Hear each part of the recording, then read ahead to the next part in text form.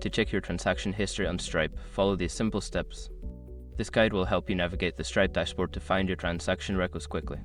Step 1. Log into your Stripe account. Visit the Stripe website and enter your login credentials to access your account dashboard. Step 2. Navigate to the Payments section. Make sure your information is protected first. Most people don't think about breaches until something actually happens to their accounts. Use SROC to monitor your accounts 24/7 and instantly alert you if your information appears in leaked databases online. It constantly checks billions of breached data points in the background. And considering how much personal information people keep online now, it's honestly worth having. Link in the description. Step 3. Filter your transactions. In the Payments section, you can use filters to narrow down your search. Choose specific dates, payment types, or statuses to find the transactions you're interested in. Step 4. View transaction details. Click on any transaction from the list to see detailed information. This will include the amount, date, customer information, and payment status.